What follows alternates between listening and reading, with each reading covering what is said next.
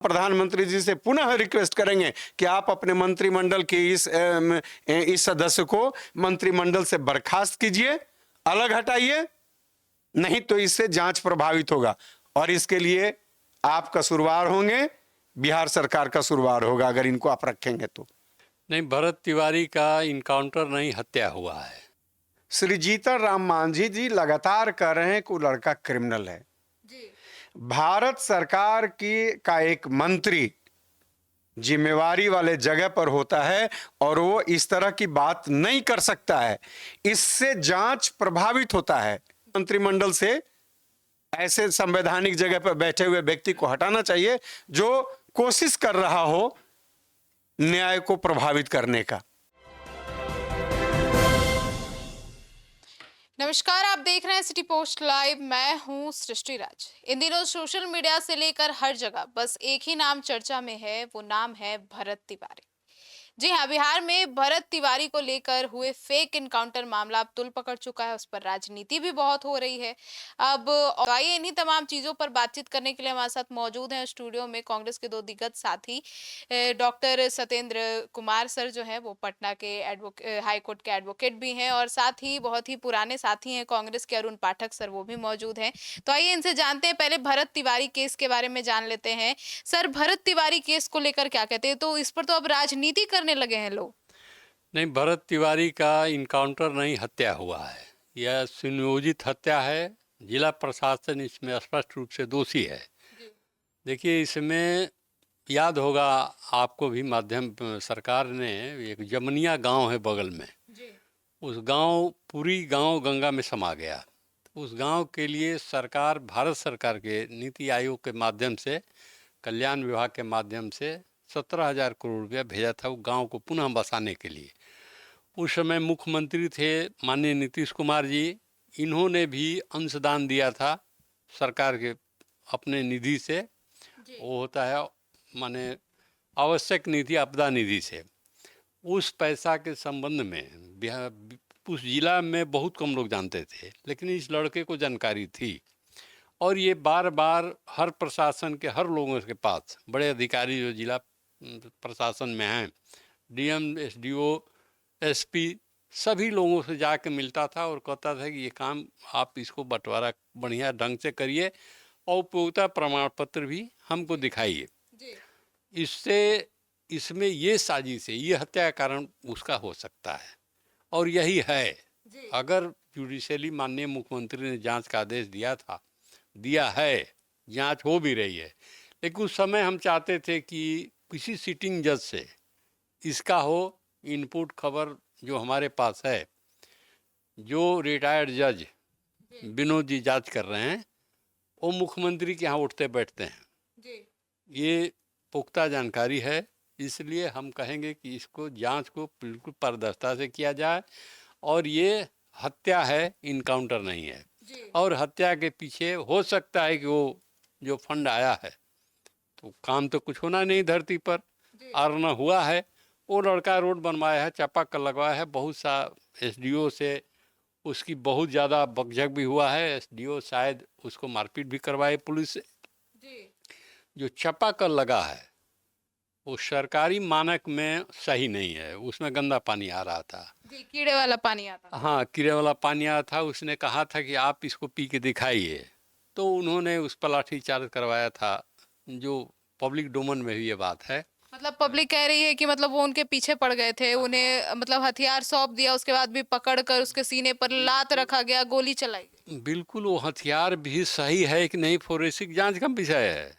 वो हो सकता है कि डरवाने के लिए या कुछ करने के लिए, अपने को प्रेजेंट करने के लिए, प्रशासन को बुलाने के लिए वो गलत दिखाया हो, लेकिन उस समय भी गलत हो या सही हो, सिलेंडर कर चुका था, तब इसको मार देना ये बिल्कुल ही माननीय दृष्टिकोण से उचित नहीं समझा जा सकता है।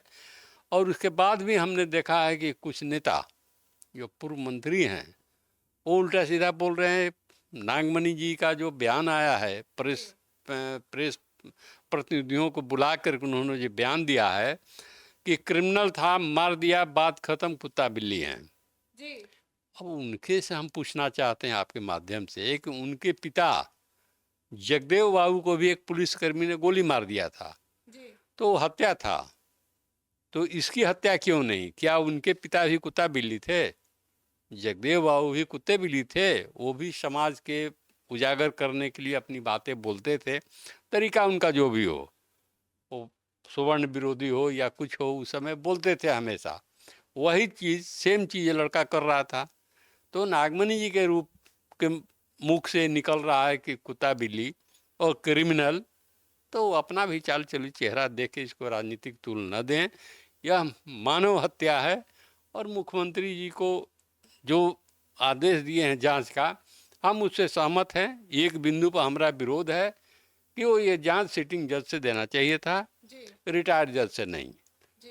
तो ये होना है और वो शहीद हुआ है और शहीद का दर्जा उसको मिलेगा और सरकार को देना पड़ेगा।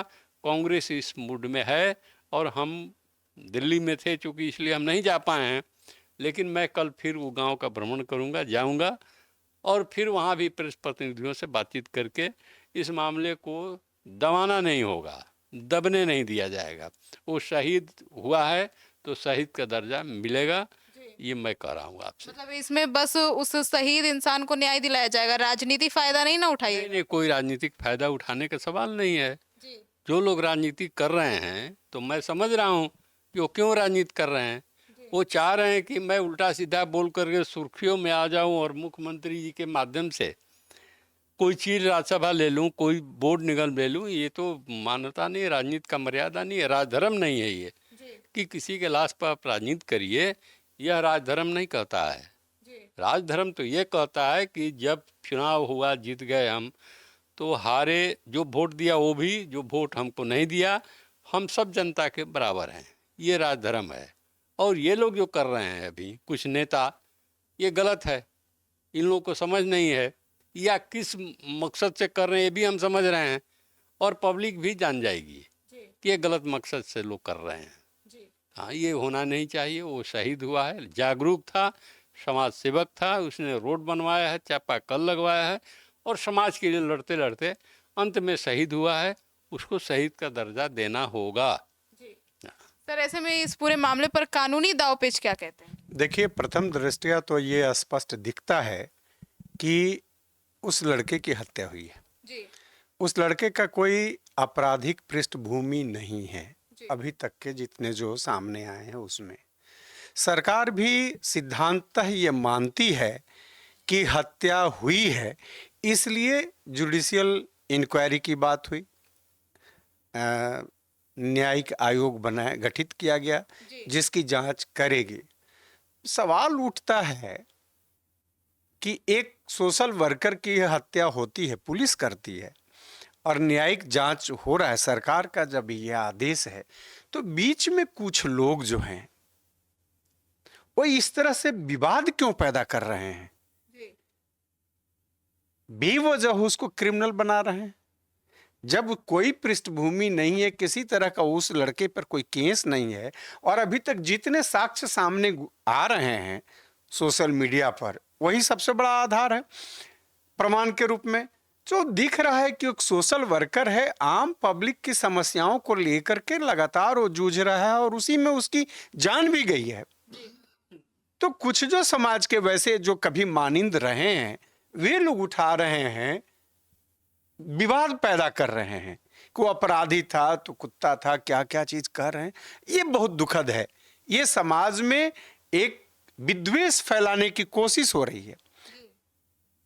तो मेरी एक मांग है सरकार से, बिहार सरकार से, कि ऐसे लोगों के विरुद्ध कानूनी कार्रवाई की जाए जो बेवजह है उटपटांग बातें बोल रहे हैं, असंसदीय भाषा का प्रयोग कर रहे हैं। और दूसरी मांग, मेरी मांग होगी देश के प्रधानमंत्री जी से, उनके मंत्रिमंडल के सदस्य श्री जीतन राम मांझी जी लगातार कह रहे हैं कि वो लड़का क्रिमिनल है। भारत सरकार का एक मंत्री जिम्मेवारी वाले जगह पर होता है और वो इस तरह की बात नहीं कर सकता है। इससे जांच प्रभावित होता है। जब ये एक न्यायिक जांच आयोग बन गया तो अगर आप उसको सहयोग करना चाहते हैं, अगर आप समझते हैं कि इस तरह की बात है, तो या तो इस्तीफा दें या माननीय प्रधानमंत्री जी, माननीय जीतन राम मांझी जी का को बर्खास्त करने का सिफारिश करना राष्ट्रपति महोदय को, इनको बर्खास्त किया जाए और तब ये खुलेआम जिनका पक्ष लेना है, वो पुलिस वाले का पक्ष लेना है या जिनका पक्ष लेना है, उनके पक्ष से जाकर के न्यायिक आयोग जो बना है उसके समक्ष अपनी बातें रखें। एक भारत सरकार के मंत्री के रूप में अगर इस तरह का ये बयान देते हैं तो इससे जांच प्रभावित होता है और एक संवैधानिक जगह पर रह करके बैठे हुए आदमी को इस तरह का कोई हक नहीं बनता है। इसलिए मैं पुनः मांग करता हूं भारत के प्रधानमंत्री जी से कि इनको इनके पद से हटाइए और तब इनको स्वतंत्रता दीजिए, इनको जिसका पक्ष रखना है वो रखें जी। अन्यथा ये जांच कहां से हो पाएगा? वो रिटायर्ड जज हैं, वो तो प्रभावित हो जाएंगे। भारत सरकार का एक मंत्री कहेगा कि नहीं यही बात है तो उनका प्रभाव पड़ेगा, इससे तो जांच सही दिशा में नहीं हो पाएगा और ये जांच सही दिशा में होना चाहिए।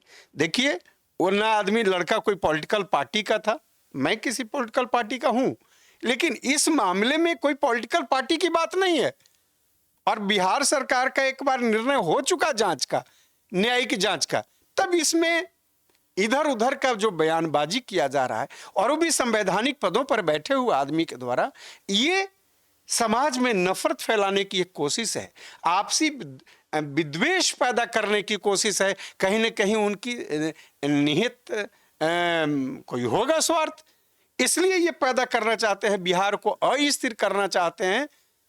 ऐसी स्थिति में ये जरूरी है कि बिहार सरकार वैसे लोगों पर अंकुश लगाए। भाई पुलिस केस की ना उस गांव में, बिलौटी गांव में जो लोग विरोध कर रहे थे, कई लोगों पर एफआईआर किया गया।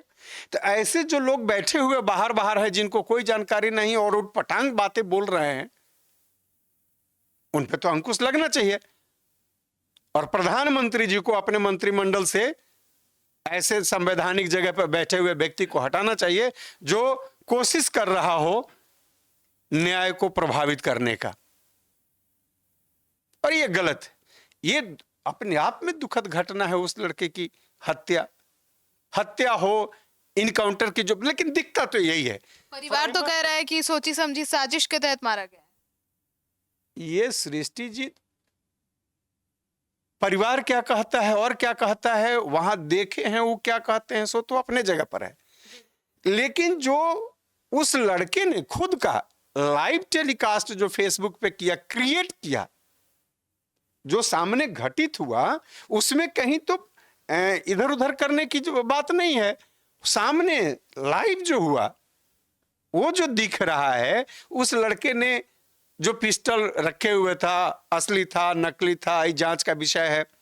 चूंकि एक लोगों का ध्यान आकर्षित करने के लिए भगत सिंह भी बम फेंके थे, मारने के नियत से नहीं, ये सरकार का ध्यान अपने ओर आकर्षित करने के नियत से उन्होंने बम फेंका था।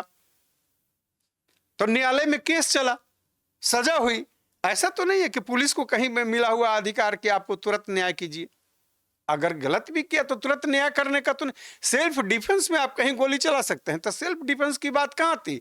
उस लड़के ने पिस्टल को कह करके फेंक दिया। एक देख रहे हैं हम लोग, एक पुलिस उसको उठा लिया, उसके बाद चारों तरफ से घेरा, पकड़े हुए हैं। और पुलिस पहले से जान रही थी उसकी कैरेक्टर, ऐसा नहीं है कि नहीं जान रही थी। बहुत दिनों से वो तो लगातार लोगों से इंटरेक्ट कर रहा था, उसके घर पे जा रहे थे, इसका भी वीडियो है। उस दिन के पहले भी उसके घर पे गए हैं लोग, उनके समक्ष रहा है। तो इसमें कहीं कोई संदेह नहीं है, ये उचित नहीं है। और फिर मैं तो यही कहूँगा कि जब एक रिटायर्ड जज के माध्यम से जांच हो रहा है तो जांच को होने देना चाहिए। और जिसको जहां जितना समझ में आता है, अगर वो कहीं देखे हैं, कहीं उनके पास कोई एविडेंस है तो उनके पास एविडेंस दें। और जीतन राम मांझी जैसे व्यक्ति को दूर रहना चाहिए। हम प्रधानमंत्री जी से पुनः रिक्वेस्ट करेंगे कि आप अपने मंत्रिमंडल के इस सदस्य को मंत्रिमंडल से बर्खास्त कीजिए, अलग हटाइए, नहीं तो इससे जांच प्रभावित होगा। और इसके लिए आप कसूरवार होंगे, बिहार सरकार कसूरवार होगा अगर इनको आप रखेंगे तो।